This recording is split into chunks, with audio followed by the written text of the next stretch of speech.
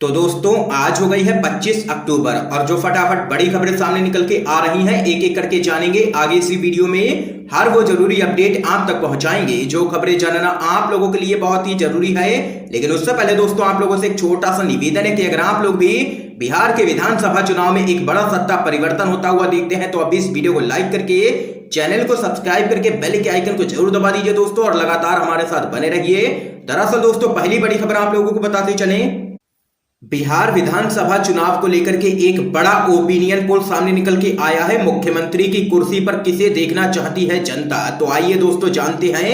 10 नवंबर को इस बात का फैसला हो जाएगा कि बिहार की सत्ता पर कौन काबिज होगा। इससे पहले दावों का दौर जारी है। सभी दल और गठबंधन इस बात का दावा कर रहे हैं कि उनकी जीत पक्की है और जनता इस बार उन्हें ही चुनेगी। लेकिन असली सवाल यह है कि जनता का मूड क्या है और वह किसे मुख्यमंत्री की कुर्सी पर देखना चाहती है। इसी को लेकर के एक बड़ा सर्वे सामने निकल के आया है, आप लोगों को दोस्तों बताते चलें। बिहार में महागठबंधन और एनडीए दो सबसे बड़े खेमे हैं। एनडीए की तरफ से नीतीश कुमार मुख्यमंत्री के चेहरे हैं, तो वहीं महागठबंधन ने आरजेडी के नेता तेजस्वी यादव को अपना सीएम कैंडिडेट घोषित किया है। अब यहां पर दोस्तों सबसे बड़ा सवाल यही है कि बिहार के विधानसभा चुनाव में जनता किसके समर्थन में खड़ी है और वो किसको मुख्यमंत्री देखना चाहती है। तो दोस्तों आप लोगों को बताते चले, सर्वे के मुताबिक 19.9% लोग सीएम नीतीश कुमार को पसंद करते हैं, यानी कि उनके कामों से खुश हैं। तो वहीं आप लोगों को बताते चले तेजस्वी यादव को 29.5% लोग पसंद करते हैं और इस बिहार के चुनाव के बाद उनको मुख्यमंत्री देखना चाहते हैं। यानी सर्वे में साफ हो गया है कि एनडीए को नकारती हुई जनता नजर आ रही है इस चुनाव में और जनता एनडीए के मुकाबले महागठबंधन पर ज्यादा भरोसा करती हुई नजर आ रही है। इसके साथ ही आप लोगों को बताते चले, सुशील मोदी को 9.6% लोग चाहते हैं, तो वहीं चिराग पासवान को 13.8% लोग, उपेंद्र कुशवाहा को 4.2% लोग, गिरिराज सिंह को 3.9%, कांग्रेस के तारिक अनवर को 1.6%, लालू यादव को 9.8% और अन्य को 7.6% लोग मुख्यमंत्री के तौर पर देखना चाहते हैं। लेकिन यहां पर सबसे बड़ी बात यही है कि तेजस्वी यादव के समर्थन में 29% से भी ज्यादा लोग यहां पर खड़े हुए हैं और उनको मुख्यमंत्री देखना चाहते हैं बिहार का। ये यहां पर दोस्तों देख सकते हैं बड़ा सर्वे सामने निकल के आया है। क्या आप लोग दोस्तों इस सर्वे से सहमत हैं या फिर नहीं? अपनी राय हां या ना में कमेंट बॉक्स में जरूर बता सकते हैं। इसके साथ ही दोस्तों एक और बड़ी खबर आप लोगों को बताते चलें, बिहार विधानसभा चुनाव, चिराग पासवान बोले सरकार बनती है तो भ्रष्टाचार की जांच होगी, नीतीश कुमार जाएंगे जेल। आप लोगों को दोस्तों बताते चलें, चिराग पासवान ने कहा है कि सीएम नीतीश जीरो टॉलरेंस की बात करते हैं, जबकि सबसे ज्यादा भ्रष्टाचार इनकी सभी योजनाओं में ही हुआ है। 7 निश्चय योजना में कितना कमीशन लिया जाता है सभी को पता है। चाहे हर घर नल जल योजना हो, सभी में कमीशन लिया जाता है। ये यहां पर कहना है चिराग पासवान का। इससे पहले दोस्तों आप लोगों को बताते चले, तेजस्वी यादव ने भी यही कहा था कि भ्रष्टाचार की जांच होगी उनकी सरकार आने पर और नीतीश कुमार जाएंगे जेल। इसके साथ ही दोस्तों एक और बड़ी खबर आप लोगों को बताते चलें, बिहार चुनाव के बीच कांग्रेस पार्टी का जोरदार हमला, नीति आयोग ने माना हर मोर्चे पर विफल रहे हैं नीतीश कुमार। आप लोगों को दोस्तों बताते चलें, कांग्रेस पार्टी ने नीति आयोग की तरफ से जारी रिपोर्ट के आधार पर बिहार के मुख्यमंत्री नीतीश कुमार के खिलाफ हमला तेज करते हुए कहा है कि आयोग ने माना है कि उनकी सरकार हर मोर्चे पर विफल साबित हुई है। कांग्रेस पार्टी के राष्ट्रीय महासचिव रणदीप सुरजेवाला ने कहा है कि प्रधानमंत्री नरेंद्र मोदी के नेतृत्व वाले नीति आयोग ने समावेशी विकास लक्ष्य 2019-20 की रिपोर्ट जारी की है। इस रिपोर्ट में मुख्यमंत्री नीतीश कुमार को विकास के हर पैमाने पर विफल माना गया है। उन्होंने कहा है कि नीति आयोग के अध्यक्ष प्रधानमंत्री ही होते हैं, इसलिए यह तो स्पष्ट है कि इस रिपोर्ट को भी मोदी के गहन शोध के बाद ही तैयार करवाया गया होगा।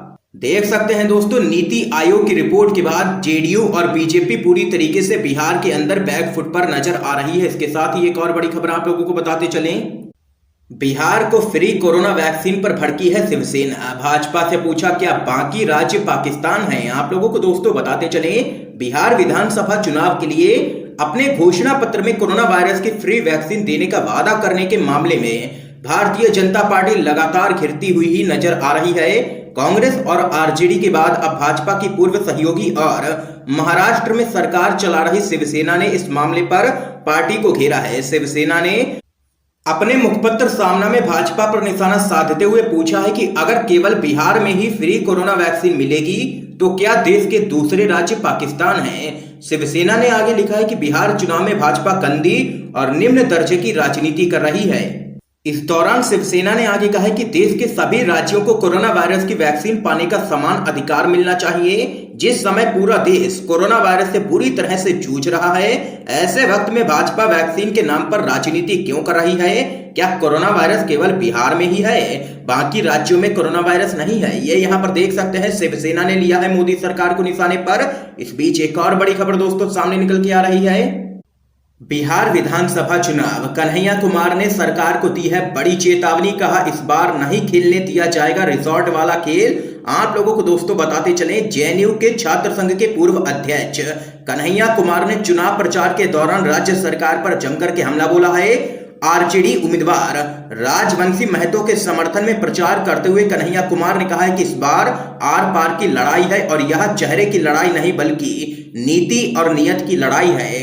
कन्हैया कुमार ने आगे कहा है कि बिहार में बदलाव की लहर है और इस बार बदलाव होकर के रहेगा। पूर्व में जिस तरह चुनाव नतीजों के बाद रिजॉर्ट का खेल खेला जाता है और विधायकों की खरीद फरोख्त की जाती है, वह किसी भी कीमत पर इस बार नहीं करने दिया जाएगा और लोकतंत्र की रक्षा की जाएगी। कन्हैया कुमार ने आगे कहा है कि इस बार महागठबंधन के 5 सहयोगी पांडव सरकार को उखाड़ फेंकने में सक्षम है और जनता सरकार की दोहरी नीति को इस बार पूरी तरीके से सबक सिखाएगी। कन्हैया कुमार ने आगे कहा है कि इस कोरोना काल में बाहर रहने वाले मजदूरों को कितनी किल्लत भरी जिंदगी जीनी पड़ी है, यह बिहार की जनता अभी तक भूली नहीं है और भूलेगी भी नहीं। तो वहीं इस दौरान कन्हैया कुमार ने आगे कहा है कि इस बार का चुनाव नहीं बल्कि बिहार को बचाने का और अपना भविष्य संवारने का चुनाव है।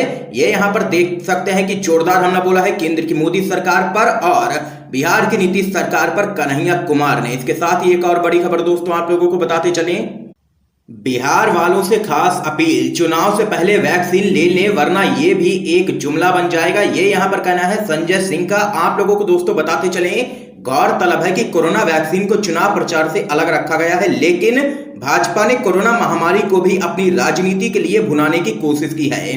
बिहार की विपक्षी पार्टियों ने एनडीए पर हमला बोलते हुए कहा कि कोरोना का टीका इस देश का है, सिर्फ एक पार्टी का नहीं है। कोरोना वैक्सीन का राजनीतिक इस्तेमाल नहीं किया जाना चाहिए। बिहार की जनता इस बार भारतीय जनता पार्टी के जुमलों में फंसने वाली नहीं है। इस पूरे मामले में आम आदमी पार्टी के नेता और राज्यसभा सांसद संजय सिंह ने बीजेपी पर जोरदार हमला बोला है। उन्होंने बिहार की जनता को आगाह करते हुए ट्वीट किया। संजय सिंह ने लिखा है कि भाजपा ने बिहार की जनता को फ्री वैक्सीन देने का वादा किया है। मेरी बिहार के भाई बहनों से अपील है कि वोट डालने से पहले वैक्सीन ले लेना इन लोगों से, वरना भाजपाई चुनाव के बाद यह कह देंगे कि यह तो एक जुमला था। ये यहाँ पर संजय सिंह ने बीजेपी पर जोरदार हमला बोला है। इसके साथ ही एक और बड़ी अपडेट आप लोगों को दोस्तों बताते चलें, जीडीपी को लेकर के राहुल गांधी का पीएम मोदी पर जोरदार हमला, बोले वो देश को सच से भागना सिखा रहे हैं। आप लोगों को दोस्तों बताते चलें, राहुल गांधी ने कमजोर जीडीपी को लेकर के केंद्र की मोदी सरकार पर जोरदार हमला बोला है। बेहद ही सख्त शब्दों में कहा है कि प्रधानमंत्री देश को सिखा रहे हैं कि कैसे सच से भागा जाए। इसका नतीजा ये है कि लाखों लोग अपना सम्मान और आजीविका खो रहे हैं। राहुल गांधी ने एक ट्वीट किया जिसमें आरबीआई की जीडीपी को लेकर एक रिपोर्ट का हवाला देते हुए मोदी सरकार पर हमला बोला है। उन्होंने एक खबर की कटिंग शेयर की है जिसमें रिजर्व बैंक की मौद्रिक नीति समिति ने कहा है कि देश की जीडीपी को पटरी पर आने में कई साल लग सकते हैं। तो यहां पर दोस्तों देख सकते हैं कि पूरी तरीके से बर्बाद हो चुकी जीडीपी को लेकर के राहुल गांधी ने पीएम मोदी को घेरा है। इसके साथ ही एक और बड़ी अपडेट सामने निकल के आ रही है दोस्तों, सुशांत मामले में की थी गलत रिपोर्टिंग, आज तक, जी न्यूज, इंडिया टीवी और न्यूज 24 मांगे दर्शकों से माफी। एनबीएसए का आदेश। आप लोगों को दोस्तों बताते चले, फिल्म अभिनेता सुशांत सिंह राजपूत की मौत के मामले में बॉम्बे हाई कोर्ट कई न्यूज चैनलों को कड़ी फटकार लगा चुका है। अब नेशनल ब्रॉडकास्टिंग स्टैंडर्ड्स अथॉरिटी यानी कि एनबीएसए ने भी इस मामले में अपना रुख कड़ा कर दिया है। एनबीएसए ने आज तक, जी न्यूज, न्यूज 24 और इंडिया टीवी को सार्वजनिक तौर पर दर्शकों से माफी मांगने का आदेश दिया है। आदेश के मुताबिक इन सभी चैनलों ने सुशांत सिंह राजपूत के मामले में रिपोर्टिंग करते हुए पत्रकारिता के सिद्धांतों का खुला उल्लंघन किया है। ध्यान रहे कि सुशांत मामले में एनबीएसए पहले ही आज तक पर 1 लाख रुपए का जुर्माना लगा चुका है। इस बीच एक और बड़ी खबर दोस्तों आप लोगों को बताते चलें, बिहार चुनाव, तेजस्वी यादव का नीतीश कुमार पर जोरदार हमला। बोले राज्य में भ्रष्टाचार की है सरकार, इस बार युवा को दे मौका। आप लोगों को दोस्तों बताते चलें, बिहार विधानसभा चुनाव में महागठबंधन की तरफ से मुख्यमंत्री पद के उम्मीदवार और राष्ट्रीय जनता दल के नेता तेजस्वी यादव ने भागलपुर में कहा कि बिहार में भ्रष्टाचार की सरकार है। उन्होंने लोगों से इस बार के चुनाव में युवा को मौका देने की अपील की है और कहा है कि महागठबंधन की सरकार बनी तो 10 लाख युवाओं को तत्काल नौकरी दी जाएगी।